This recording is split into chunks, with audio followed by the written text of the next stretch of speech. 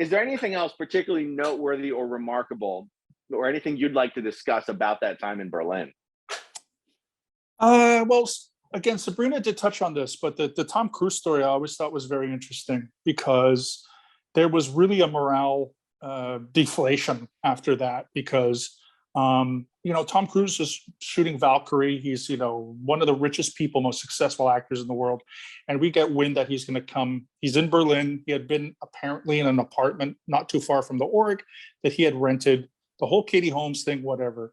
I think the thing about that is, we were, again, not only were we taken off post, but we were told we could meet him. And I think the naiveness of some of the staff, not to blame the staff members, but I could not imagine someone like Tom Cruise coming through an org, even if it was in the evening, and shaking hands with over 100 people on staff. There is no way that his security people would have let him do that. So when I heard that, I was immediately skeptical. I thought to myself, there's no way that Tom Cruise's bodyguards, Tom Cruise's PR, his entourage, his PR people are going to allow that, because you never know if someone's got a knife. You never know if someone's going to be deranged. For his own safety, going around an org, even a Scientology org, to shake the hands of 100+ people. And so I had also, when I went to college, I studied film and broadcasting, and I did an internship with a company called Deluxe. And we used to have high profile clients that used to come in there to do post-production sound and picture stuff. So, something called ADR, basically. And ADR, of course, is when you read lines after the fact to sort of match it up to lines that an actor is saying. It's called additional dialogue replacement, a little bit like looping. I'm sure Leah's done a ton of it, and so on. So I knew that you don't just have massive groups of people together with someone who's got a high profile. I knew this. I had this, Woody Harrelson came into Deluxe one time, and he was nice, but people had to leave, So even him, even a nice, cool guy like him who didn't care how many people there were there, there's still an air of safety for that particular person. And there are people who are getting paid hundreds of thousands, if not millions of dollars a year to make sure that Tom Cruise is alive and well. Okay. So I buried it out of my mind. But when we were told to leave, and then later the next day, when the ED was going around the org, I met Tom Cruise. Tom Cruise is so nice, gloating about this. That really, really, really, the morale went down.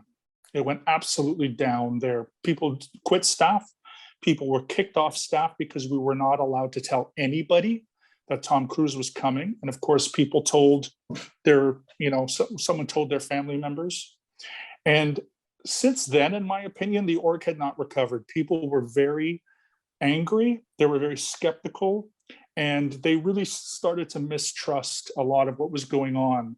The difference, though, was they were blaming Berlin. The idea was it wasn't a Scientology thing. It was that Berlin was a bad org, that someone in the exec committee or whatever was probably an SP or PTS, but it was only in Berlin. Berlin was bad. Berlin was terrible. But the rest of the Scientology world was good, even though it was, in my opinion, just a public relations thing of why Tom Cruise can't meet 100+ people, and a safety thing as well. What had you guys been promised? What are we talking about here?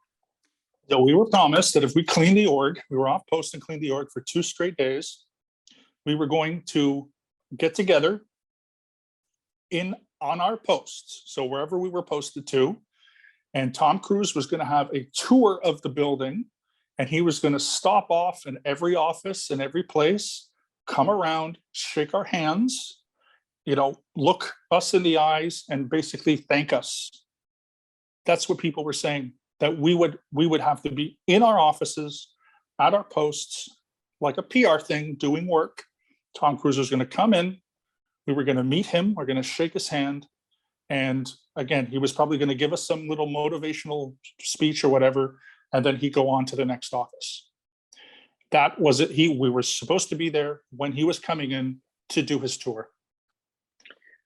Very interesting. was and the just idea. to make sure I'm crystal clear on this, Yeah. is it, hey guys, if you guys get this org whipped into shape, your reward will be Tom Cruise will come and thank every one of you for doing such a great job being super Scientologists? Or was it, hey guys, Tom Cruise is scheduled to come by. He's coming by to meet and thank all of you. And therefore, we are going to be spending the next 2 days getting this org into white glove shape. Which one was the it? first? The first. Really? Yeah. So it was almost like Tom Cruise coming was going to be the reward for getting this building spick and span. Yep. Oh, that's different than what I thought from the last conversation. I thought it was urgent. Tom Cruise is coming. We have 2 days to clean the place, but it wasn't that. Maybe I'm sorry. Maybe I'm misunderstanding. I apologize for that. It was kind of both in a sense. We knew that Tom Cruise was going to come. Then the people from Tom Cruise's entourage or PR had sort of said he's coming in this window of a couple days. We don't know when exactly. And then we were told to clean the org. And then it would be our reward for cleaning the org that we would also meet Tom Cruise. So again, apologize if I misunderstood anything. No, that helps a lot. But it was kind of like, this is, because again, nothing was definite. We didn't know definitely when he was going to come. And from what I understood, when he did come, they gave, again, like a small window, like he had been on break from filming Valkyrie. And so they put him in a car. He came to the org, he saw the org. So when he came was not like it's going to be, because I think it was at like 11 or 12 o'clock at night on a particular day. We didn't know that, but we knew that he was sort of in the area and that he would be coming at a undisclosed amount of time. And so as we were cleaning, as we were getting everything together, then it was like, okay, now he's coming. Everyone gets out of the org, except for like 5 people. And those are the people, Roman, Lucas, I believe were there, the Kristen Austinat, Sabina Weber, and possibly 1 or 2 more people. And they were the ones that did the tour. So apologies, no definitive, like he's coming on this day. That was more open. And so to frame it a little further, this was after Tom Cruise had already been awarded his IAS Freedom Medal of Valor by David Miscavige. This is after he stood up there on stage and said to all the Scientologists how important it is to be dedicated, and we're counting on you, and COB is counting on you, and I'm counting on you, and LRH is counting on you, and we're counting on you. So having Tom Cruise come by at this time wasn't just, hey, it's a famous Scientologist. This was almost akin to David Miscavige himself coming and thanking each one of you. And we had an IAS Reg office on the first floor, and outside that office, they had a television. I must have seen that Tom Cruise Medal of Valor clip 50 to 100 times. It was constantly on all the time on that first floor, and people would be eating their lunches on their breaks, and we would watch that spastic turtleneck, him clapping and looking completely off balance. I must have seen that clip at least 50 times. That thing, I probably saw it in one day 3 or 4 times. When we were at Night Watch, we would go up to watch it because it was an hour or whatever, just to kill time.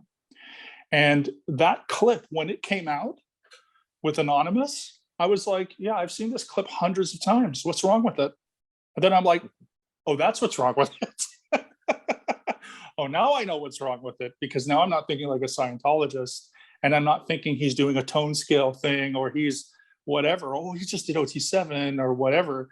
I'm thinking like, this guy is nuts. Like this is emotional instability, and his ups and downs, and his seriousness, and then his laughing manically. And I remember a friend of mine was like, when that first came out with Anonymous, and a friend emailed me, and I was like, yeah, so what? And then it took a couple of times to be like, yeah. So just an anecdote on that particular clip was viewed so many times by staff members as motivation. So Wow. yeah, when he comes in, when it's Tom Cruise was coming in, that was less than 3 years that he had done that, right? That clip was, I guess, October-ish of 2004, because the October event, I guess, is the St. Hill event. So this was less than this, maybe 2.5 years, 2 3/4 years. And everyone who was a second gen, everyone who wasn't a second gen, Tom Cruise, him coming, like you say, second to David Miscavige. And in some people's mind, maybe even first to David Miscavige. I know to my roommate, who had been in Scientology for 10 years at that time, he didn't care. We had a little thing about maybe David Miscavige would come in. Okay, that was nice. But this is Tom Cruise. Like this is something different, you know. So all the staff get screwed at the last minute. They're told, get out of the building. Tom's coming. Oh, yeah. And the next day, the ED is so freaking tone deaf that she's running around gloating about having met Tom to everyone who just got screwed.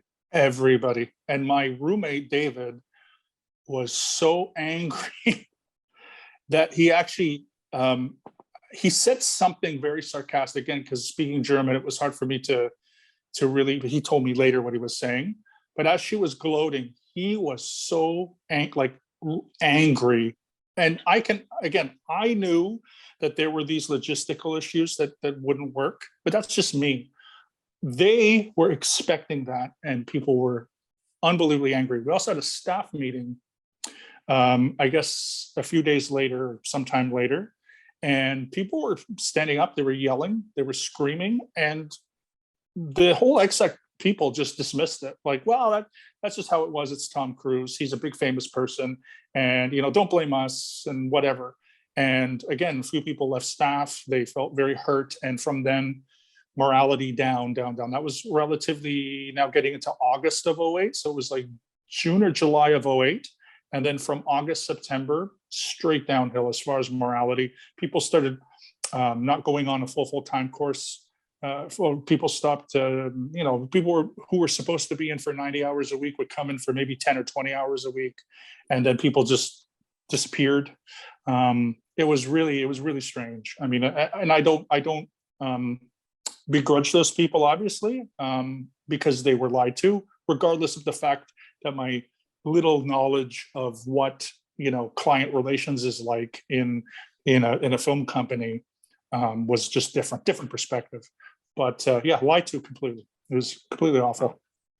So at the staff meeting, did the execs offer up a reason for why the plans changed at the last minute?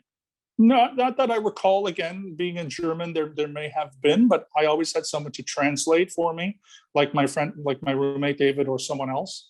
And from what I just recall, they were just pushing the blame onto other sources, and that was it. I don't think they really gave a clear, concise answer. I think it was more like, well, Tom Cruise came, you should be happy. The org was clean, so you should be happy. The ED was still gloating, so you should be happy. And I don't think there wasn't anything ever resolved. I mean, people were still angry weeks after, months after. And then, of course, life takes over and people start to sort of forget about it. But it really rocked, I think, the morale in the org for at least after that period onwards. So after sort of the late summer and into the fall and the winter, which were not great. Not great. One thing that occurs to me that is really unfortunate, but also quite likely, is that it's very possible Tom not only never agreed to do what everyone was promising he was going to do, but was probably never even informed that the staff were even told that this is what was going to happen. Agreed. I agree with that 100%. The other thing too is him and Katie Holmes eventually, I think, like after they brought like flowers, like a really, really big, massive plot of flowers with like a thank you card. So for me, I 100% agree. Just the way that communication is run in that kind of a situation, Tom Cruise probably has next to no power, especially when he's on a film set, of his own schedule. He was probably told that morning or even that afternoon, we've got a little window of opportunity from filming Valkyrie. So he would have gone off of Valkyrie at a certain time, and he would have had this window of opportunity, and he would have gone there. Like you say, I don't think he would have known at all. There's no way. And especially, I don't think that he would have known that he was disappointing so many people, because even though, he's a Scientologist and whatever, I do know people who work with celebrities or assistants and stuff, because I lived in Los Angeles for a couple of years. And usually most celebrities, if they're in a position where they can sign some stuff, like most like to do it, most like to interact with their fans to some level, there needs to be some security. But a lot of people will do that. Like if they know that there's like 100 fans, Benedict Cumberbatch is one person. I knew someone who was an assistant of his. He likes to meet as many fans as he can. There's also, Vin Diesel does this. There's a lot of people who do this. Even if it's 100 people, they want to go out and sign. They want to meet their fans. They want to take selfies. They want to look their fans in the eyes because they're so grateful. Not everyone's like this. 100% not everyone's like this. But there are so many people that will do that. And I think Tom Cruise leans towards that. I've been told, at least when he's at public events, he tries to sign pictures and take selfies of as many people as he possibly can. Many actors like to do that.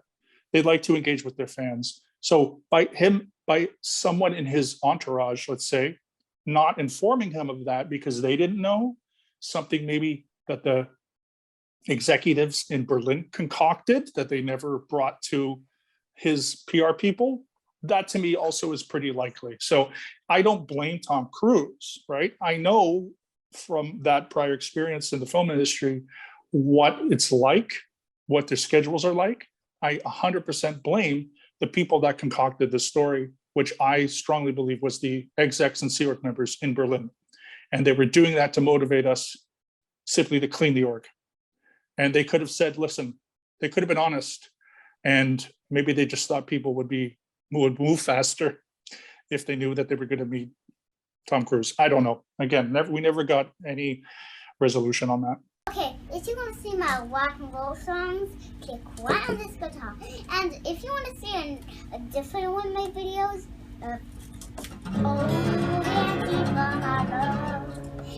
then you could click right inside here. If you have subscribed or not, subscribe